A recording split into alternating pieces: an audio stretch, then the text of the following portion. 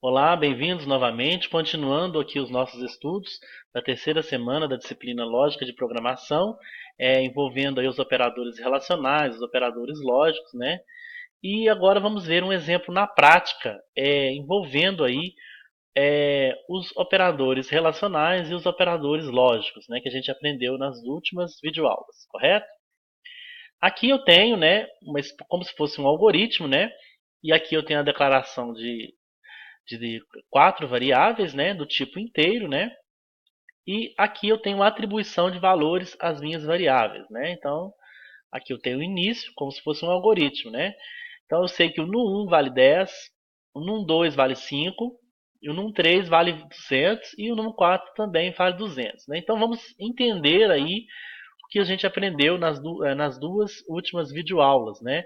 Sobre os conceitos de operadores relacionais e operadores lógicos, né? Então, aqui eu tenho uma expressão lógica, né?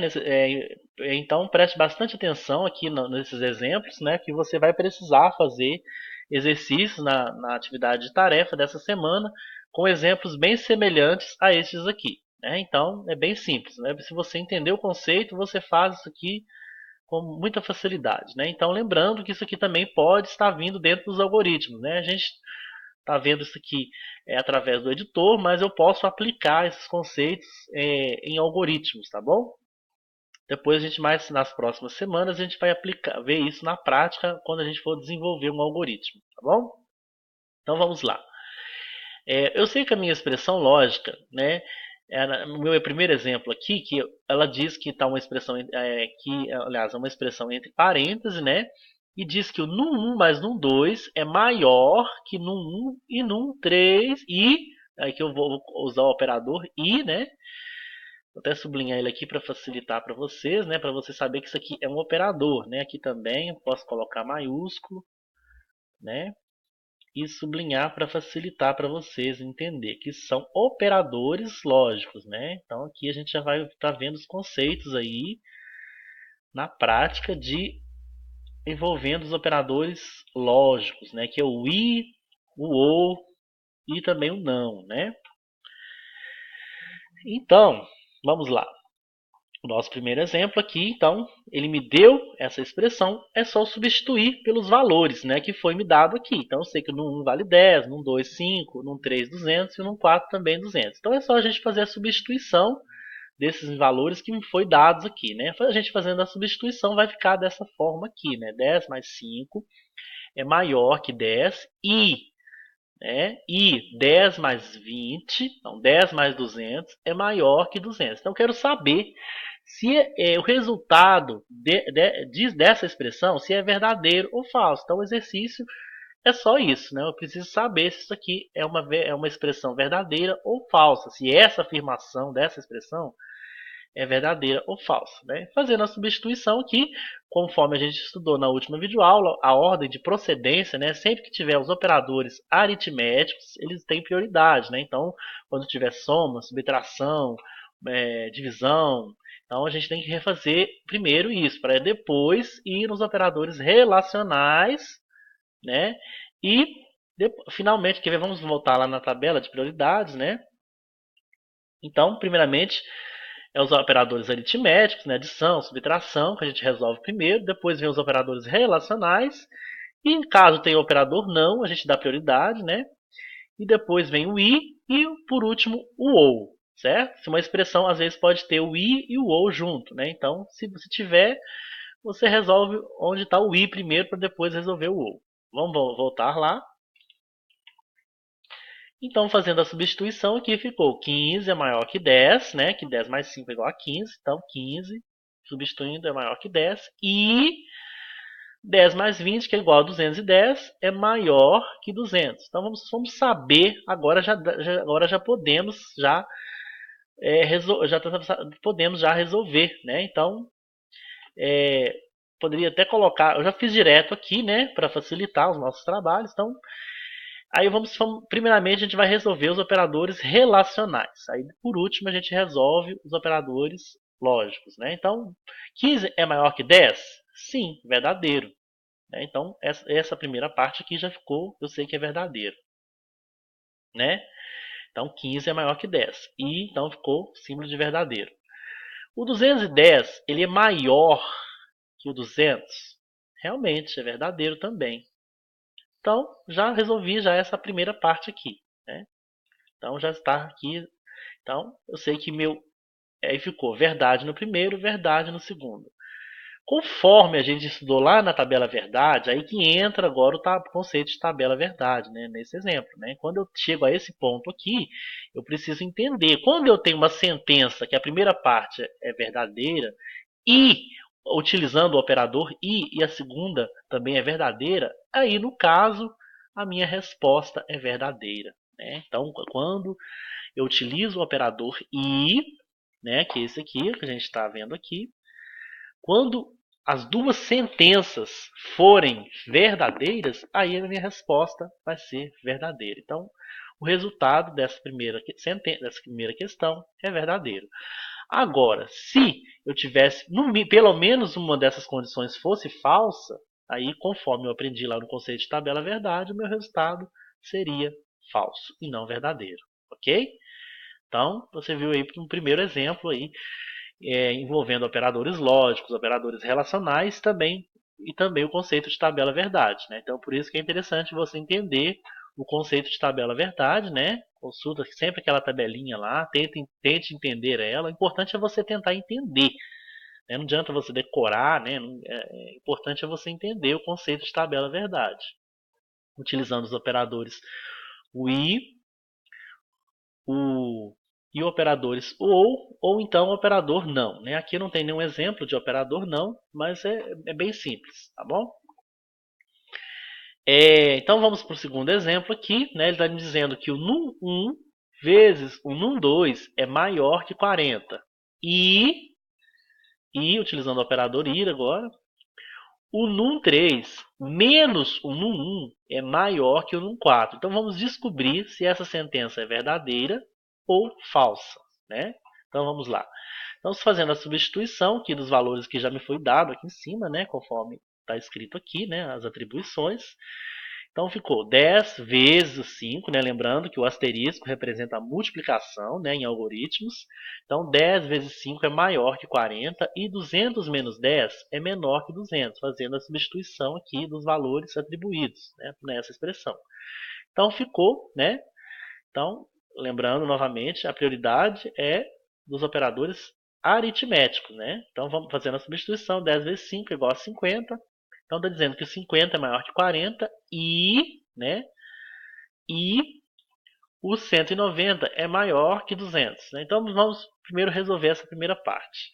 O 50 é maior que 40? É verdadeiro, né? Então é verdadeiro. 50 realmente é maior que 40. E 190 é maior que 200?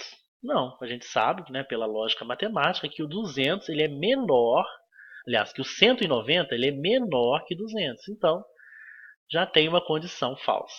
Né? Aí, conforme, voltando novamente lá no conceito de tabela verdade, quando eu uso o operador e tenho pelo menos uma sentença que seja falsa, aí o meu resultado será falso. Então, nesse segundo exemplo, o meu resultado é falso, né? Porque eu entro na situação onde eu tenho pelo menos uma sentença que tem um resultado falso, independente da ordem de procedência, né? Então, se você não entendeu, eu sugiro que você volte lá ao conceito de tabela verdade para você tentar entender isso, ok?